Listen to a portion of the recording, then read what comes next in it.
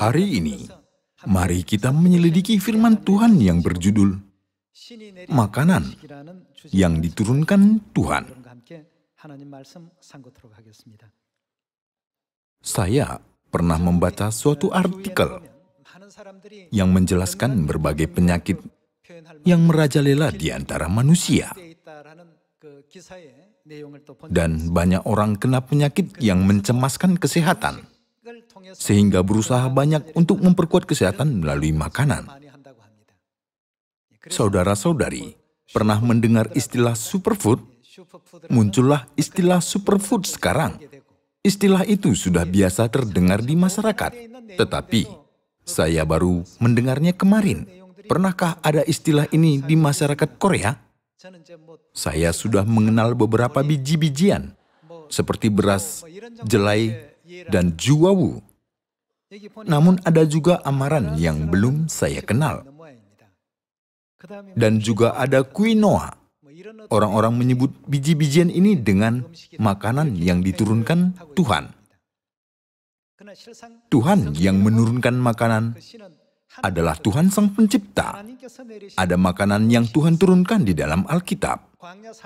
Apa makanan yang Tuhan turunkan selama 40 tahun di padang gurun? Tuhan menurunkan mana. Kita perlu mengetahui ciri-ciri mana ini. Manusia di dunia ini menganggap superfood makanan yang diturunkan Tuhan.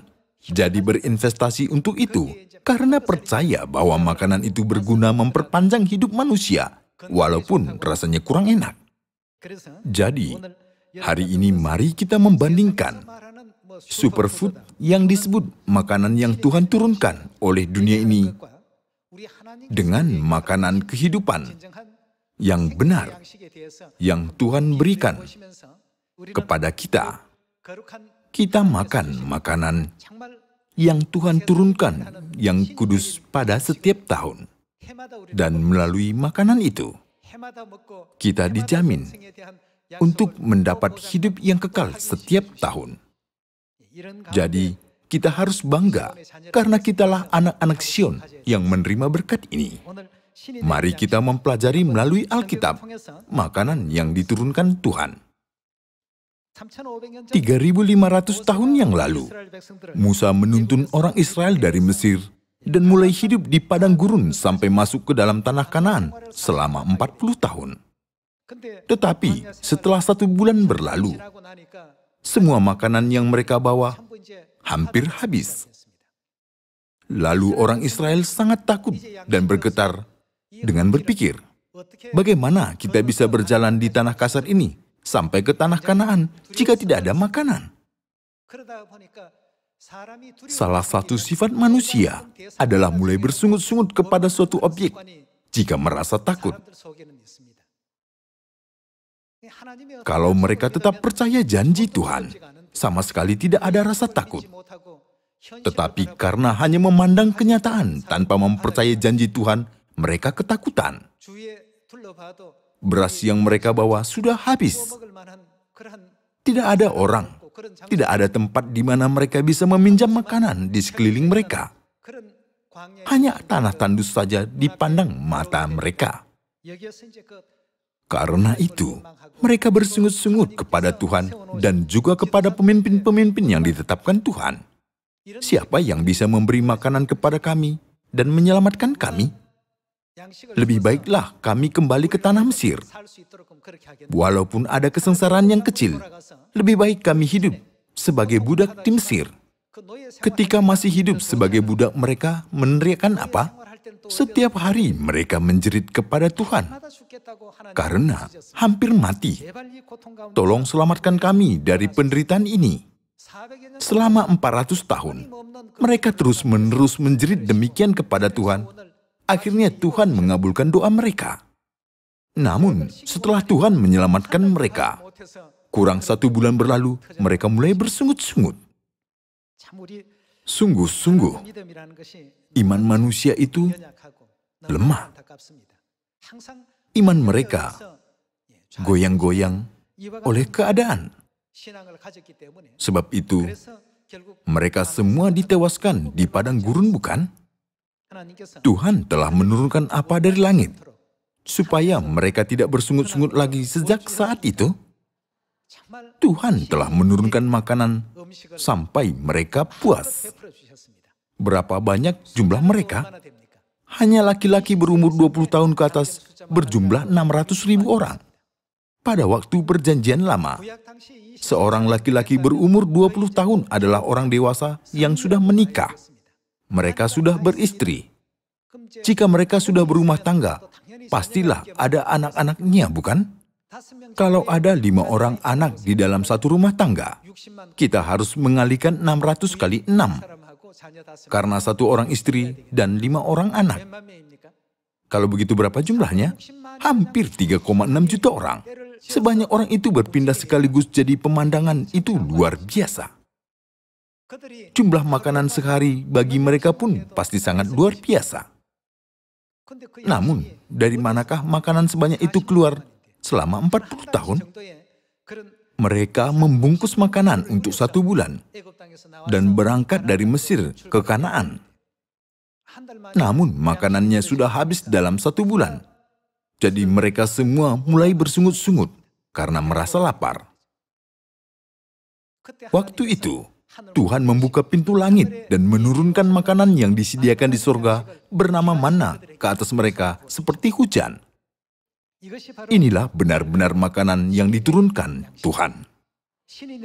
Orang Israel makan makanan itu di padang gurun selama 40 tahun. Tetapi, bagaimana akhir dari nasib mereka?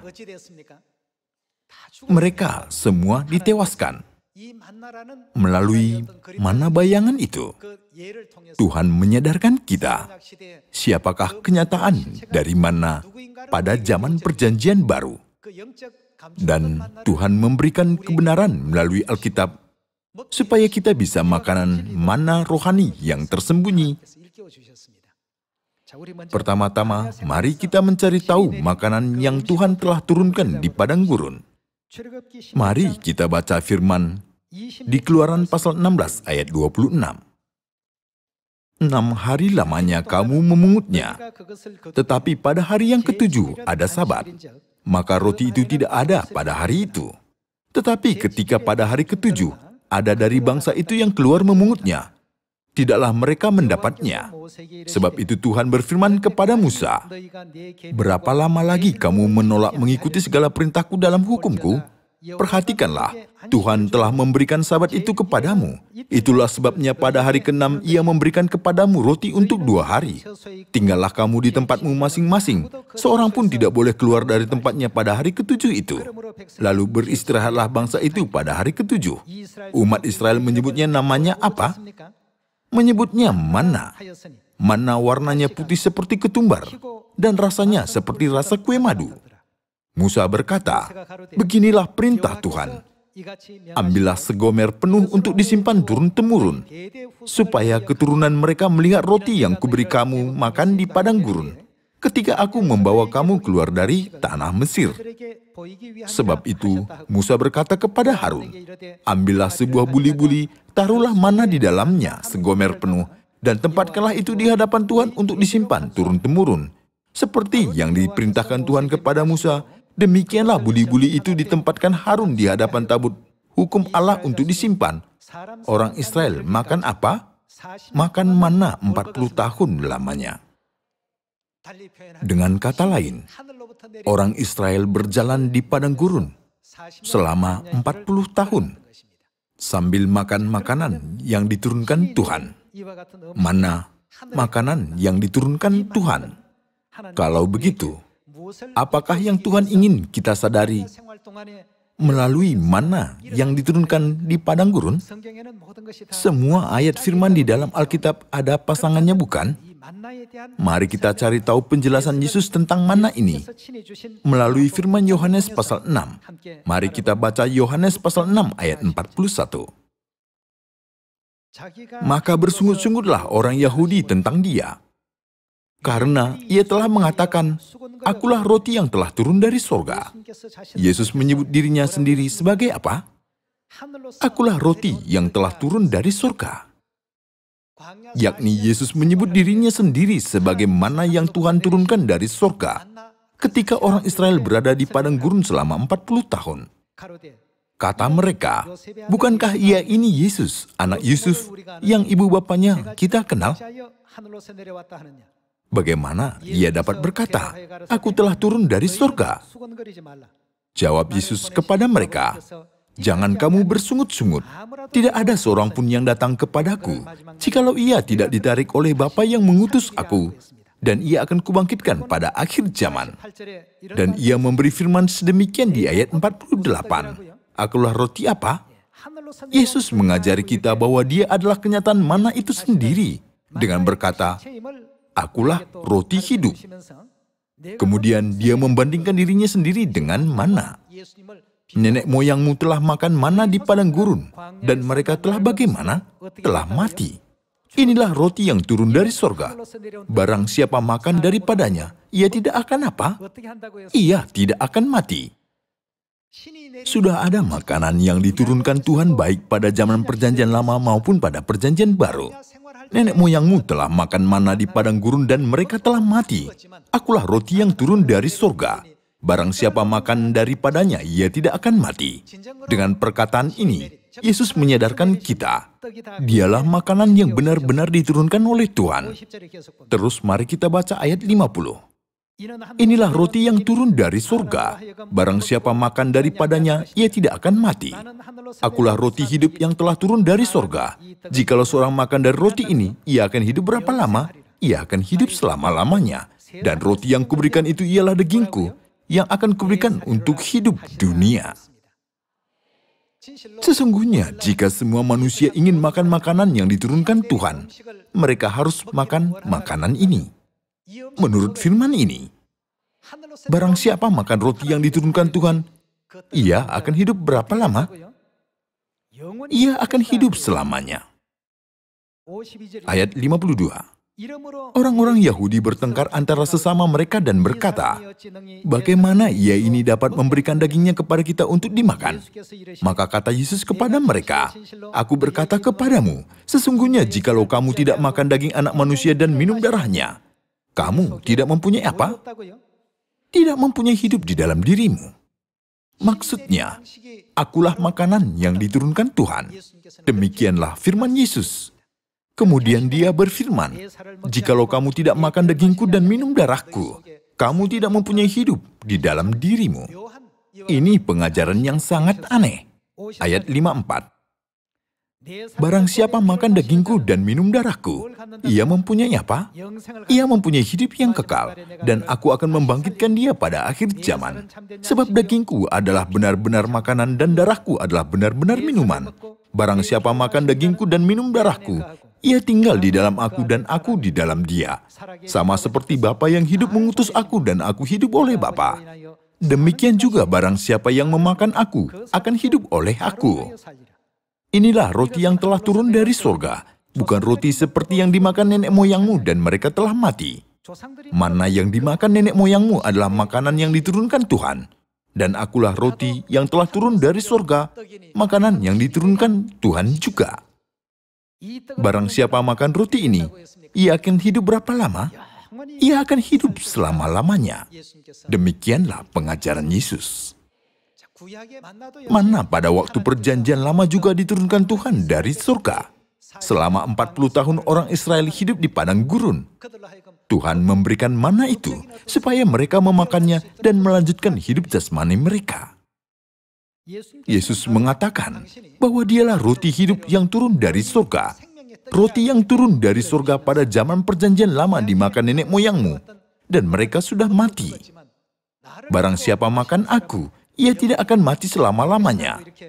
Dengan perkataan ini, Yesus membandingkan kenyataan mana dengan bayangan mana. Sekarang, kita akan mempelajari mana ini di Wahyu. Daging Yesus dan darah Yesus. Inilah benar-benar apa? Inilah benar-benar makanan yang turun dari surga, yakni makanan yang diturunkan Tuhan. Yesus telah mengatakan Akulah roti yang turun dari surga. Akulah kenyataan dari mana itu. Dan juga telah berkata, barang siapa makan dagingku dan minum darahku, ia mempunyai hidup yang kekal. Supaya kita mengerti kebenaran untuk makan daging Yesus dan minum darahnya, kita perlu menyelidiki Paskah yang tertulis di dalam Matius pasal 26. Mari kita baca Matius pasal 26 ayat 17. Pada hari pertama dari hari raya roti tidak beragi, datanglah murid-murid Yesus kepadanya dan berkata, "Di mana engkau kehendaki kami mempersiapkan perjamuan Paskah bagimu?" Jawab Yesus, "Pergilah ke kota kepada Sianu dan katakan kepadanya, pesan guru, waktuku hampir tiba, di dalam rumahmu lah aku mau merayakan Paskah bersama-sama dengan murid-muridku." Lalu murid-muridnya melakukan seperti yang ditugaskan Yesus kepada mereka dan mempersiapkan Paskah. Paskah itu hari raya kudus untuk kita bisa makan makanan yang diturunkan Tuhan. Bagaimana caranya makan dan minum itu? Mari kita cari tahu melalui perbuatan Yesus dan para rasul 2000 tahun yang lalu. Mari kita baca ayat 26. Dan ketika mereka sedang makan, Yesus mengambil roti, mengucap berkat. Ini roti apa? Ini adalah adegan Paskah sedang dirayakan. Jadi, Yesus mengambil roti Paskah, mengucap berkat, memecah-mecahkannya lalu memberikannya kepada murid-muridnya, dan berkata, "Ambillah, makanlah, inilah tubuhku." Sesudah itu ia mengambil cawan. Cawan ini berisi anggur Paskah, bukan? Yesus mengambil cawan yang berisi anggur Paskah dan mengucap syukur. Lalu memberikannya kepada mereka dan berkata, "Minumlah kamu semua dari cawan ini, sebab inilah anggur Paskah, inilah darahku, darah perjanjian yang ditumpahkan bagi banyak orang untuk pengampunan dosa." Inilah makanan atas makanan yang diturunkan Tuhan ke atas umat manusia. Ini bisa disebut dengan makanan yang rohani, bukan? Yesus telah mengartikan roti dan anggur Paskah. Roti Paskah adalah tubuh, yaitu dagingnya. Dan anggur Paskah adalah darahnya yang kudus. Di Yohanes pasal 6, Yesus telah membandingkan makanan hidup, roti hidup yang adalah dirinya sendiri dengan mana yang turun dari sorga, seperti yang tadi kita baca.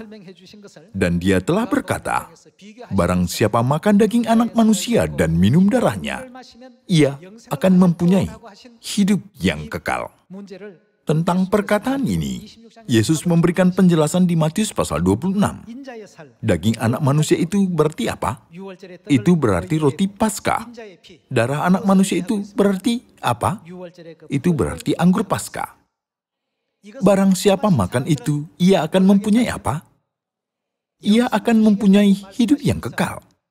Yesus telah mengungkapkan inilah benar-benar roti hidup yang turun dari surga. Kita sudah makan roti Paskah dan minum anggur Paskah. Dan melalui itu, akhirnya kita menjadi anak-anak Tuhan.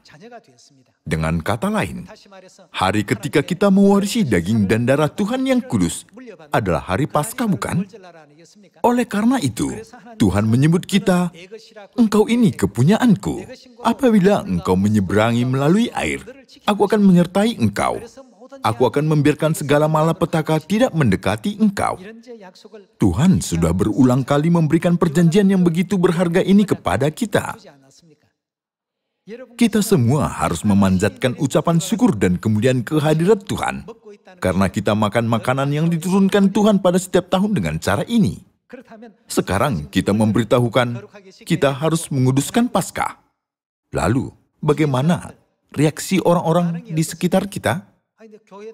Aku sudah lama ikut gereja. Paskah? Apakah itu dirayakan pada bulan Juli? Bukan sedikit orang bertanya demikian. Kenapa? Karena mereka tidak pernah mendengar dan melihatnya.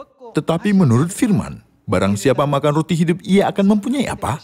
Ia akan mempunyai hidup yang kekal dan akan berhak untuk layak masuk ke dalam kerajaan surga. Yesus telah menyadarkan kita hal ini. Jika seseorang mengaku dia percaya kepada Yesus, tetapi orang itu tidak mendengarkan dan percaya pada apa yang difirmankan Yesus dengan keyakinan, betapa malangnya orang itu. Padahal, mata kita bisa melihat, telinga kita bisa mendengar, dan hati kita menyadari alangkah bahagianya kita. Tidakkah ada firman, berbahagialah matamu karena melihat dan telingamu karena mendengar? Kalau begitu, kenapa gereja-gereja zaman ini tidak mengetahui mana hidup ini?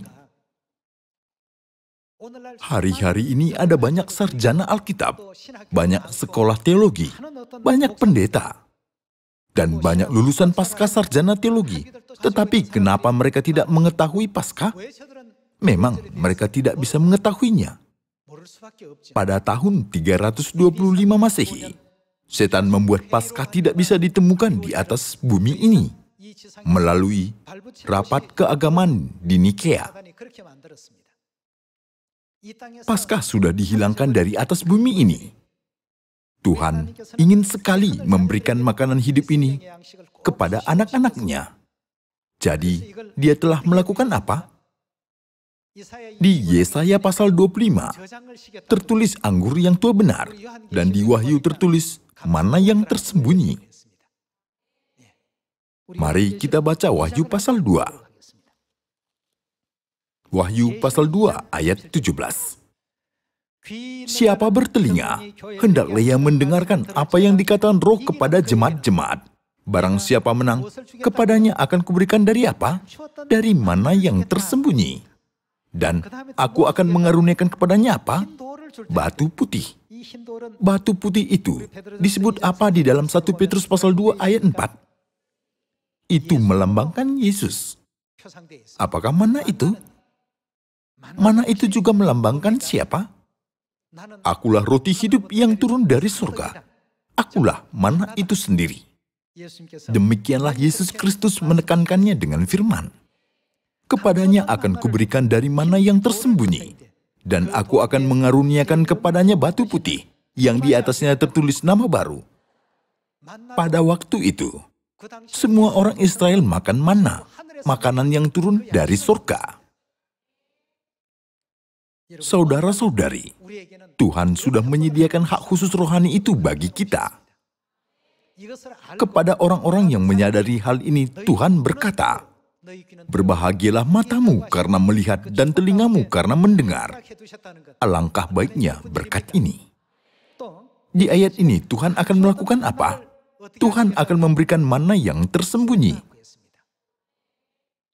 Siapakah yang menurunkan makanan itu sesuai judul khotbah hari ini? Tuhan. Hanya Tuhan yang menurunkan makanan itu.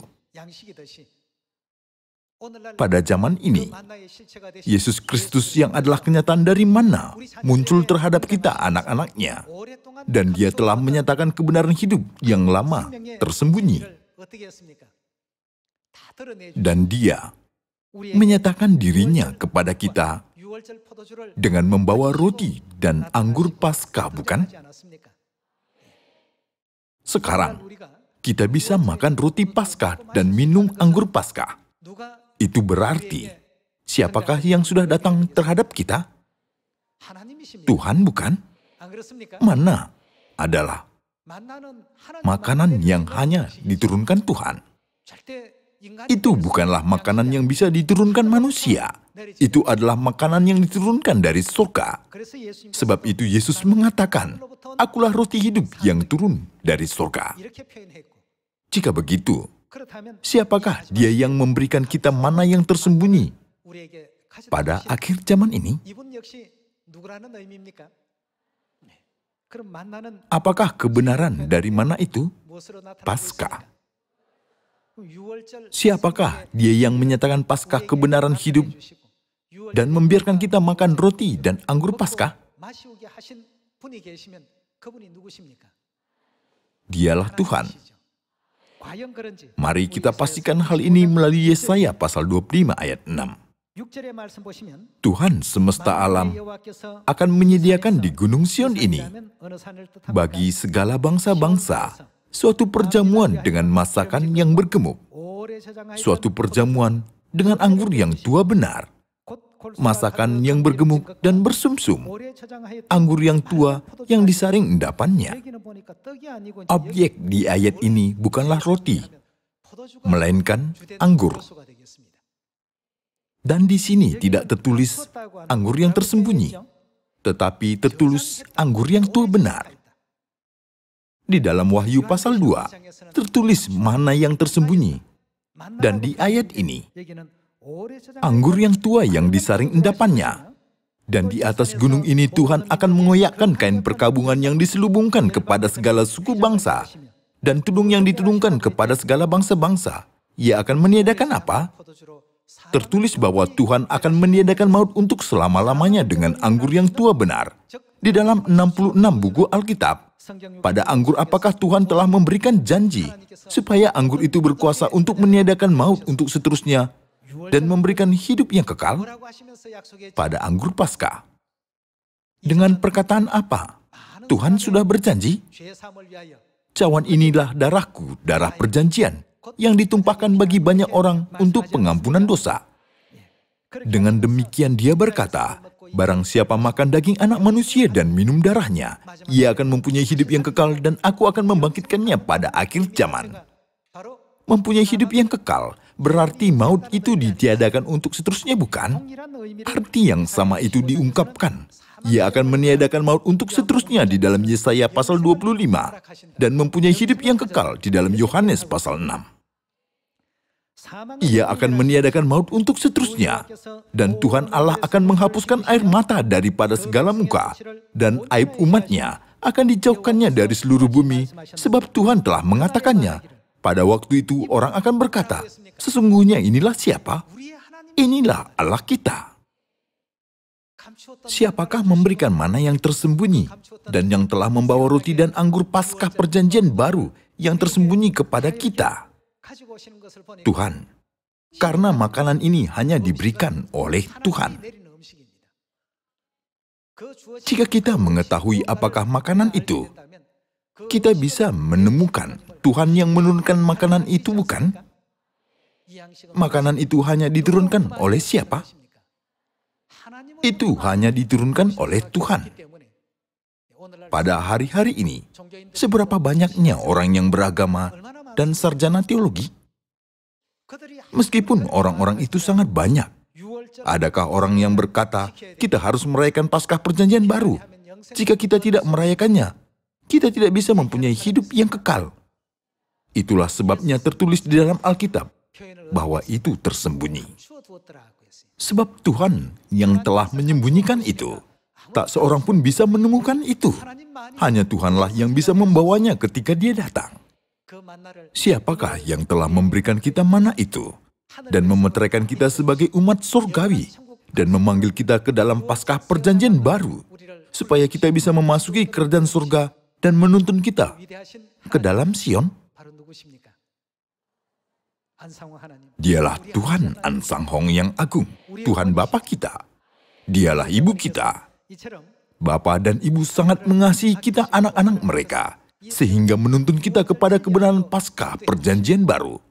Hanya kepada kita anak-anak Sion, Tuhan memberi izin untuk makan makanan itu. Jadi semangatlah. Kita selalu makan makanan yang diturunkan Tuhan. Bagi kita, kerajaan surga dan keselamatan sudah dijamin.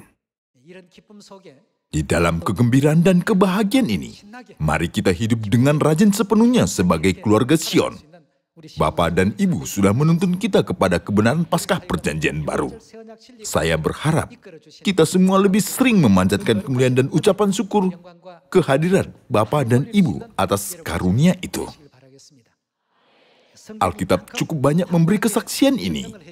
Jadi tanpa keraguan sedikit pun, mari kita tetap percaya. Inilah Tuhan kita. Jika Dia bukan Tuhan, bagaimana Dia bisa menurunkan makanan ini kepada kita? Dengan kepercayaan yang teguh ini, mari kita panjatkan kemuliaan kehadirat Bapa Ansanghong dan memanjatkan kepujian kehadirat Ibu Surgawi Yerusalem Baru. Saya menutup khotbah ini. Terima kasih.